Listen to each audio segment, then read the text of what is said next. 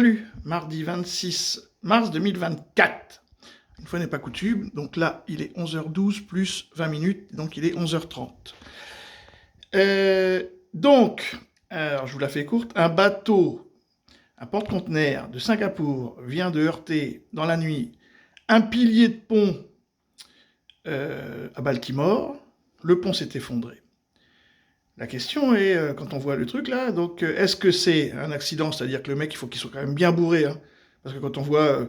le plus difficile, c'est peut-être même de viser le pilier, en fait, parce que, hein, voilà, ou est-ce que c'est un attentat? Et il faut pas oublier, et là, bon, je dis ça comme ça, mais que l'État islamique du Khorasan, comme je vous ai dit hier, bah lui, son domaine de prédilection, c'est l'Asie du Sud-Est.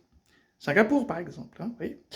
Donc, est-ce que c'est un attentat? Non! Ah non, c'est pas un attentat, parce que si c'est un attentat, c'est problématique, parce que les Américains venaient de dire hier, non, non, nous, l'État du Khorasan, non, il n'y a pas de problème chez nous. Bon, mais et dans la nuit, boum.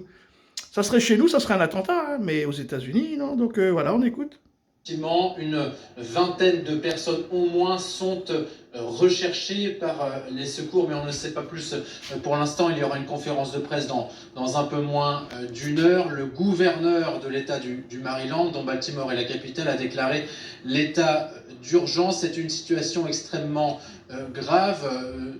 Il y a eu un plan qui a été ça, c'est le porte-conteneur qui doit permettre de déployer. Donc c'est plus difficile de toucher le pilier que de passer entre les deux, non? Puisqu'il y a voilà. Ces personnes qui sont recherchées et que la température de l'eau est extrêmement froide. Ce pont a donc été touché aux alentours d'1h30 du matin, ici par un porte-container singapourien, Dali, c'est le nom de ce porte-container, qui a quitté la ville de Baltimore aux alentours d'1h du matin et qui donc a touché un pilier de ce pont d'une longueur de 2,5 km environ, ce qui a mené à l'effondrement du pont. Les recherches sont tout aussi difficiles et dangereuses, hein. C'est pour ça qu'elles prennent du temps, parce que certaines parties du pont sont encore menacent encore de s'effondrer. Voilà pourquoi les secours font très attention quand ils interviennent. On a notamment pu entendre tout à l'heure dans le ciel un hélicoptère, signe que des moyens extrêmement importants sont déployés pour secourir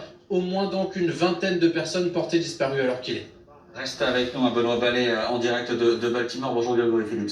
Un hélicoptère. Oh putain, les mecs, les commentaires, c'est franchement... Bon, donc vous en déduirez, est-ce que pour vous c'est un attentat ou un accident, hein? Vu la période, évidemment. Salut!